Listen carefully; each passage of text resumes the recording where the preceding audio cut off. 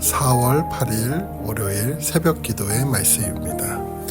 오늘 본문은 신명기 23장 19절부터 24장 9절까지의 말씀입니다. 내가 형제에게 꾸어주거든 이자를 받지 말지니 곧 돈의 이자, 식물의 이자, 이자를 낼 만한 모든 것의 이자를 받지 말 것이라. 타국인에게 내가 꾸어주면 이자를 받아도 되거니와 내 형제에게 꾸어주거든 이자를 받지 말라. 그리하면 내 하나님 여호와께서 내가 들어가서 차지할 땅에서 내 손으로 하는 범사에 복을 내리시리라. 내 하나님 여호와께서 서원하거든 갚기를 더디하지 말라. 내 하나님 여호와께서 반드시 그것을 내게 요구하시리니 더디면 그것이 내게 죄가 될 것이라. 내가 서원하지 아니하였으면 무죄하리라. 그러나 내 입으로 말한 것은 그대로 실행하도록 유의하라. 무릇 자원한 예물은 내 하나님 여호와께 내가 서원하여 입으로 언약한 대로 행할지니라. 내 이웃의 포도원에 들어갈 때에는 마음대로 그 포도를 배불리 먹어도 되느니라. 그러나 그릇에 담지는 말 것이요 내 이웃의 곡식밭에 들어갈 때에는 내가 손으로 그 이삭을 따도 되느니라. 그러나 내 이웃의 곡식밭에 낫을 대지는 말지니라. 사람이 아내를 맞이하여 데려온 후에 그에게 수치되는 일이 있음을 발견하고 그를 기뻐하지 아니하면 이혼 증서를 써서 그의 손에 주고 그를 자기 집에서 내보낼 것이요 그 여자는 그의 집에서 나가서 다른 사람의 아내가 되려니와 그의 둘째 남편도 그를 미워하여 이혼 증서를 써서 그의 손에 주고 그를 자기 집에서 내보냈거나 또는 그를 아내로 맞이한 둘째 남편이 죽었다 하자. 그 여자는 이미 몸을 더럽혔은즉 그를 내보낸 전 남편이 그를 다시 아내로 맞이하지 말지니 이 일은 여호와 앞에 가증한 것이라. 너는 내 하나님 여호와께서 내게 기업으로 주시는 땅을 범죄하게 하지 말지니라. 사람이 새로이 아내를 맞이하였으면 그를 군대로 내보내지 말 것이요 아무 직무도 그에게 맡기지 말 것이며 그는 1년 동안 한가하게 집에 있으면서 그가 맞이한 아내를 즐겁게 할지니라. 사람이 맷돌이나 그 윗짝을 전당 잡지 말지니 이는 그 생명을 전당 잡음이니라. 사람이 자기 형제 곧 이스라엘 자손 중 한 사람을 유인하여 종으로 삼거나 판 것이 발견되면 그 유인한 자를 죽일지니 이같이 하여 너희 중에서 악을 제할지니라. 너는 나병에 대하여 삼가서 레위 사람 제사장들이 너희에게 가르치는 대로 내가 힘써 다 지켜 행하되 너희는 내가 그들에게 명령한 대로 지켜 행하라. 너희는 애굽에서 나오는 길에서 내 하나님 여호와께서 미리암에게 행하신 일을 기억할지니라. 아멘. 오늘 본문은 이스라엘 공동체를 위한 사회적 규범들에 대해 말씀하고 있습니다. 먼저 하나씩 어떤 규례들이 있고 그 의미가 무엇인지 함께 살펴보려고 합니다. 먼저 본문의 19절에서 20절까지의 내용을 보면 이자에 관한 규례가 나옵니다. 하나님은 이스라엘 백성에게 이자 수익에 대한 규례를 정해주십니다. 외국인들에게는 이자를 받고 돈을 빌려줄 수 있지만 같은 이스라엘 동족끼리는 서로 이자를 받지 말고 돈을 빌려줄 것을 말씀하고 있습니다. 이스라엘 백성들은 광야에서 하나님의 은혜로 살아남아 이제 가나안 땅으로 들어갈 때 이들은 생명을 함께 해온 사람들이며 함께 살고 함께 죽는 생명 공동체가 된 것입니다. 그런데 그들 중에 어려움을 당한 동족이 돈을 빌릴 땐 그들의 상황이 절박하고 가난해서 빌리는 만큼 그들의 처지를 이해하고 사랑하는 의미에서 이자를 면제해 주도록 했습니다. 19절에 보면은 돈을 빌리려는 사람을 가리켜 너희의 형제라는 표현을 쓰며 돈을 빌리는 이가 남이 아닌 가족으로 여길 것을 드러냅니다. 그러나 타국에 있는 타국인에게는 돈을 빌려줄 때 이자 받는 것을 허용했습니다. 그들은 이스라엘 땅에 정착해 사는 이방인들이 아니라 잠시 이스라엘에 머물며 자신의 경제적 이익을 위해 수익을 올릴 목적으로 돈을 빌렸기 때문에 그들에게는 특혜를 베풀지 않아도 되었던 것입니다. 그리고 하나님은 이 규정을 잘 지킬 때 그들에게 복을 주시겠다고 약속을 하십니다. 이어 21절부터 23절까지의 내용을 보면은 서원 이행에 관한 규례가 나옵니다. 이스라엘 동족 사이의 금전관계에 관한 말씀이 19절, 20절의 말씀이라면 21절부터 23절은 하나님과 이스라엘 백성 사이에서 서원에 관한 규정을 말씀합니다. 여기에 서원하다의 뜻은 사람이 하나님께 무엇을 드리거나 어떤 일을 하겠다고 약속하는 것을 말합니다.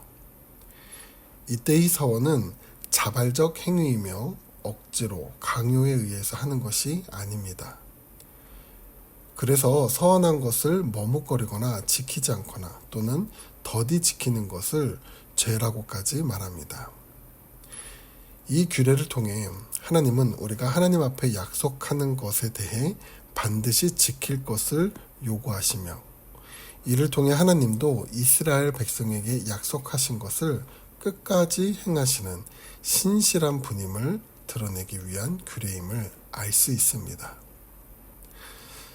세 번째로 24절부터 25절까지의 내용을 보면은 줄인 자들을 위한 규례가 나옵니다. 나그네를 위한 배려의 말씀인데 당시에는 길을 떠나는 사람이 오래 보존되는 음식을 챙기기 어렵고 도중에 그 음식을 구하는 것도 어려웠습니다. 그래서 나그네는 한 성읍에서 다른 성읍으로 이동할 때 남의 밭과 농장을 지나가게 되는데 굶주린 사람이 남의 포도원에 들어가서 포도를 배불리 먹어도 되지만 그릇에 담지는 말라고 말합니다. 그리고 남의 곡식밭에 들어가서 이삭을 따서 줄임배를 채워도 되지만 그 곡식밭에 낫을 대지는 말라고 말씀합니다. 나그네가 농장이나 밭에 피해를 입히지 않는 범위에서 그의 굶주림을 해결할 수 있게 한 것입니다. 다만 필요 이상의 손실을 입힐 경우 줄임배를 채우는 단계를 넘어서 남의 소유를 훔치는 행위가 됩니다. 이러한 규례를 통해 알 수 있는 것은 사랑과 공의를 강조하는 동시에 줄이고 가난한 자들에 대한 사랑과 배려를 촉구하고 있는 것입니다. 이어서 신명기 24장으로 넘어와 1절부터 4절까지의 말씀을 살펴보려고 합니다. 1절부터 4절까지의 말씀을 보면 이혼과 재혼에 관한 규례를 말씀합니다. 먼저 모세는 이혼에 관한 이야기를 말하는데 1절에 보면 맞이한 아내에게 수치되는 일이 발견되면 아내를 내보낼 수 있다고 말합니다. 수치되는 일의 경우를 보면은 신체적 결함 또는 성격적 결함으로 보는데 예를 들어 장기간의 가출, 남편의 재산 허비 또는 횡령, 남편을 상습적으로 모욕하거나 특별한 이유 없이 잠자리를 거부, 아이를 낳지 못하는 상태, 신체적으로 중한 질병, 성적으로 유혹하는 일을 좋아하며 남편 외에 다른 사람과 간음을 하진 않았지만 그 이전의 단계까지 이르는 행위들을 말합니다. 아내의 이런 수치스러운 일이 발견되어졌을 때 남편이 아내를 기뻐하지 않으면 이혼 증서를 써주고 내보낼 수 있다는 것입니다. 그런데 만약 남편이 아내의 수치되는 일을 발견했음에도 남편이 아내를 기뻐하면 그 아내는 집에 머물 수 있었습니다. 여기 표현에 보면 기뻐하지 않다라는 말이 나오는데 히브리어 원어로 직역하면 그녀가 남편 눈에서 은혜를 발견하지 않게 되면이라는 의미를 갖습니다. 이것을 정리하면 아내가 수치스러운 일을 발견되어 이혼할 만한 사유를 가지더라도 남편이 그 아내에게 은혜를 베풀고 사랑하면 그 아내는 남편 안의 모든 지위와 권위를 누리지만 아내에게 은혜와 사랑을 베풀지 않으면 아내는 이혼 증서를 받고 나갈 수밖에 없었습니다. 그런데 이 말씀을 자세히 살펴보면 이 상황 속에서도 약자에 대한 배려가 나타납니다. 이 아내가 받은 이혼 증서는 아내의 삶을 보호해주는 역할을 합니다. 만약 증서가 없이 쫓겨난 여인, 다시 재혼할 기회를 갖지 못하며 이어 경제적 어려움을 겪게 되어 비참한 삶을 살게 됩니다. 그런데 이 증서를 받은 경우 친정으로 돌아온 뒤 다시 재혼할 권리가 있음을 보여줍니다. 이어서 3, 4절 말씀에 보면 재혼에 관한 규례를 말씀하는데 만약 재혼 후에 새 남편이 사망하거나 이혼을 당하게 된 경우 먼저 한 번 결혼하고 이혼한 남편에게 돌아갈 수 없음을 규정합니다. 그 이유는 먼저 이혼을 신중하게 생각하며 최대한 신중할 것을 요구하는 것과 두 번째로 쾌락을 목적으로 헤어져 일시적으로 각자 원하는 남녀와 결혼했다가 다시 헤어져 재결합하는 관행을 막기 위함입니다. 그리고 세 번째로는 이혼과 재혼이 법적으로 가능함을 이용해 무분별한 혼인과 문란하고 타락한 이방 문화가 이스라엘 백성에게 퍼질 것을 막기 위함입니다. 이러한 규례를 통해 발견되는 것은 하나님의 사회적으로 가장 약한 자들을 보호하시는 분임을 보게 됩니다. 이어서 5절 말씀에 신혼에 관한 규례가 이어집니다. 5절의 내용을 보면은 결혼한 사람들에 대해 1년의 휴가를 줄 것을 말합니다. 당시 이스라엘은 늘 준전시 상황이었기 때문에 결혼한 즉시 남자가 전쟁에 나가 전사하는 경우 아내가 남편을 잃고 과부가 되거나 결손 자녀가 생길 문제를 갖고 있었습니다. 이러한 피해를 막기 위해 결혼한 신혼 남편에게 1년이라는 군 면제 기간을 주었는데 왜 1년이냐면 대를 이을 자녀를 갖는 데 필요한 기간이 되기 때문입니다.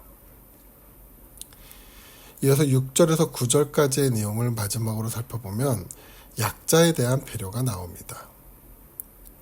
6절에 보면 인간의 최소한의 생존권을 담보로 잡지 말라고 말씀합니다. 맷돌이나 맷돌의 윗짝을 전당 잡지 말라는 것은 식생활에 필수품을 빼앗지 말라는 것을 의미합니다. 맷돌은 곡식을 빻거나 가루를 내어 떡을 만들고 또 곡식의 껍질을 까서 상업활동을 하는 중요한 도구였습니다. 그러므로 생활 필수품까지 빼앗아가며 가난한 자를 어렵게 하지 말라는 것이었습니다. 7절에는 사람을 유인하여 돈을 벌지 말 것을 말씀하십니다. 유괴하여 종으로 삼거나 팔아버리는 일은 살인과 같은 행위이기 때문에 하나님은 그를 죽이라고까지 말씀하십니다. 이것도 약자를 위한 법으로 당시 유괴되어 종을 팔려 갈 수 있는 사람들은 과부나 고아 또는 장애인이었기 때문입니다.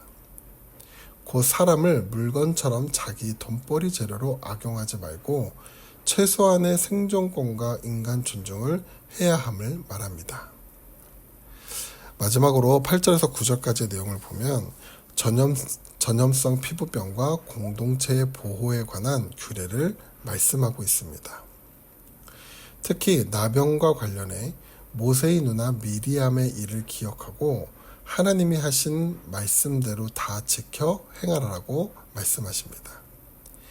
미리암의 예는 하나님은 공평하신 하나님으로서 나병에 대한 의무는 모두가 지키되 선지자이며 모세의 누나였던 미리암도 격리가 되었듯이 지위 고하를 막론하고 다 지켜 행할 것을 말씀합니다.